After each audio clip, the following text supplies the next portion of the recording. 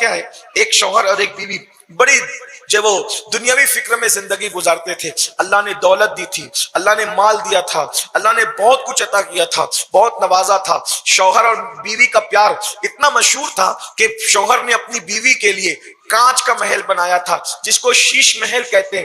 کانچ کا محل بنایا تھا، اور کانچ کا محل بنانے کے بعد اللہ اکبر، ایک مرتبہ اس کی خوبصورت بیوی اپنے بالوں میں کنگھی کر رہی تھی، اور ماڈرن سوچ رکھنے والا اور دنیاوی سوچ رکھنے والا شوہر اپنی بیوی کی خوبصورت جو وہ کنگھی کو دیکھ رہا تھا. ایسے میں اس نے کہا کتنی خوبصورت ہو تم، کتنی حسین ہو تم، کتنی جمیل ہو تم. اللہ نے جنہیں خوبصورت بنایا ہے اس پر اللہ کا بڑا احسان ہے. لیکن حضور علیہ السلام فرماتے ہیں جس کی خوبصورتی اور خوبصیرتی، یعنی جو خوبصورت بھی ہو اور خوبصیرت بھی ہو، انشاءاللہ وہ جنت میں جائے.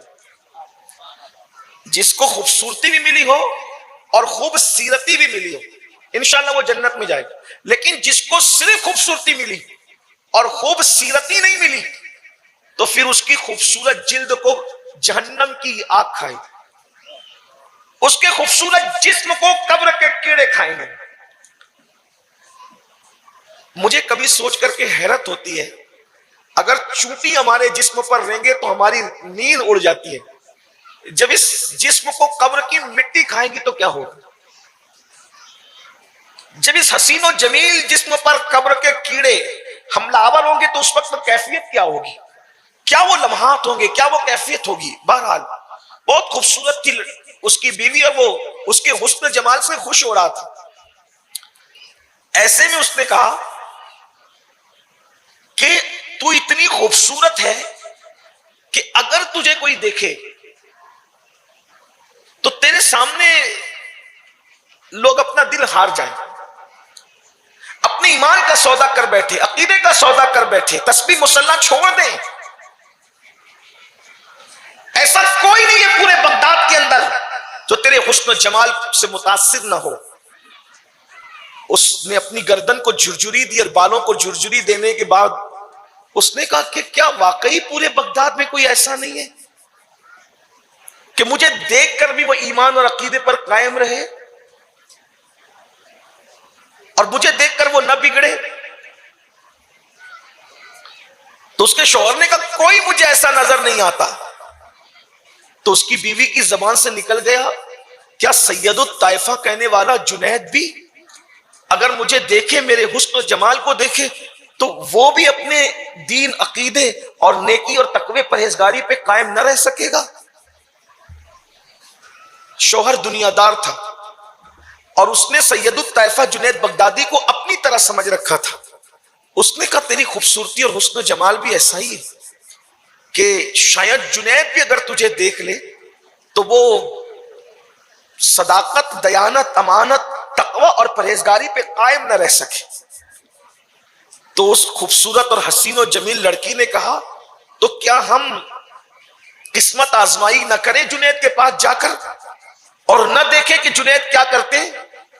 اس نوجوان نے کہا اگر ایسی بات ہے تو جاؤ اور جنید کے سامنے اپنے حسن کو بے نقاب کر دو. سید الطائفہ حضرت سیدنا جنید بغدادی رضی اللہ تبارک و تعالی عنہ اپنی خانقاہ میں تھے. جب یہ لڑکی خانقاہ میں پہنچی تو خانقاہ میں پہنچنے کے بعد اس نے حضرت جنید سے کہا کہ جنید ایک مسئلہ پوچھنا ہے، کیا آپ مسئلے کا جواب دے سکتے ہیں؟ سید الطائفہ حضرت جنید بغدادی نے فرمایا کیا مسئلہ ہے؟ کہا کہ میں آپ سے تنہائی میں مسئلہ پوچھنا چاہتی ہوں، آپ تنہائی میں جواب دے تو مہربانی. آپ اٹھے اور کنارے کی طرف گئے تو اس نے اپنے چہرے کو کھول دیا، اور اپنے حسن و جمال پر چونکہ بڑا گھمنڈ تھا، بڑا غرور تھا اس نے اپنے چہرے کا سے جیسے ہی پردہ ہٹایا، حضرت جنید بغدادی نے نظریں نیچے کی، فرمایا استغفر اللہ، کیا کر رہی ہے؟ کسی عورت کو زیب نہیں دیتا کہ کسی مرد کے سامنے وہ اپنے حجاب اور بے نقاب آئے. تو اس نے فوراً کہا جنید میری اتنی خوبصورتی اور حسین و جمیل صورت کیا تمہیں متاثر نہیں کرتی؟ کیا میں اپنے جسم کو تمہارے سامنے پیش کرنے کے لیے آئی ہوں اور تم میرے جسم سے لطف اندوز نہیں ہونا چاہتے؟ یعنی اس نے ڈائریکٹ حضرت سید الطائفہ جنید بغدادی رضی اللہ تعالیٰ عنہ کو بدی کی اور بدکاری کی دعوت دی اور کہا جنید میری خوبصورت آنکھیں دیکھو، میری حسین آنکھیں دیکھو، میرے بال دیکھو، میرے نرم اور ریشم کی طرح بال دیکھو، میرا خوبصورت سا چہرہ دیکھو، میری نرگسی آنکھیں دیکھو۔ اس طرح سے گویا کہ وہ سید الطائفہ جنید بغدادی کو اس نے گناہ کا بدی کا آفر کیا۔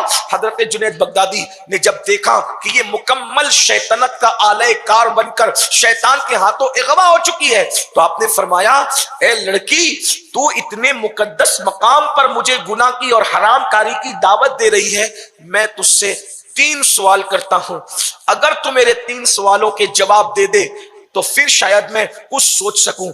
بتا، جس بدی اور زنا کی دعوت تو مجھے دے رہی ہے تو یہ گناہ تجھے آج اچھا لگ رہا ہے؟ اگر تیری روح نکالی جا رہی ہو، تیرے روح اور تیرے جسم کا رشتہ ٹوٹ رہا ہو، حضرت ملک الموت تیرے سر پہ کھڑے ہوں اور جس وقت تیرے جسم سے روح پرواز کر رہی ہو، تو کیا یہ گناہ تجھے اچھا لگے گا جس کی تو مجھے دعوت دے رہی ہے؟ اس وقت بتا یہ گناہ تجھے کیسا لگے گا؟ اس گناہ کے بارے میں تیرا کیا خیال ہے؟ جیسے اس نے حضرت سید الطائفہ جنید بغدادی سے موت کا ذکر سنا تو فوراً لرز گئی اور اس نے کہا جنید اس وقت کس کو گناہ اچھا لگتا ہے؟ سید الطائفہ جنید بغدادی فرماتے ہیں اے لڑکی، جس بدی اور بدکاری کی تو مجھے دعوت دے رہی ہے، جب تو پل صراط سے گزرے گی تو اس وقت یہ گناہ تجھے کیسا لگے گا؟ تو اس نے کہا اے جنید مجھے اس وقت بھی یہ گناہ اچھا نہیں لگے گا۔ تو حضرت جنید بغدادی فرماتے ہیں جب اتنی مشکل گھاٹیوں سے بیٹی تجھے گزرنا ہے، جسے موت کی گھاٹی کہتے ہیں، جسے اعمال کی تقسیم کی گھاٹی کہتے ہیں، جسے پل صراط سے گزرنے کی گھاٹی کہتے ہیں، تو پھر یہ گناہ تو کیوں کر رہی ہے؟ یاد رکھ دنیا کی لذتیں بہت دن تک نہیں ہے۔ اور پھر حضرت جنید بغدادی سید الطائفہ نے اس کو نصیحت کی تو نصیحت کرنے کے بعد اس کی زندگی بدل گئی، اس کی زندگی تبدیل ہو گئی، اس کی آنکھوں میں آنسو آ گئے، اس کو احساس ہوا زنا، حسن کی نمائش، خوبصورت بال،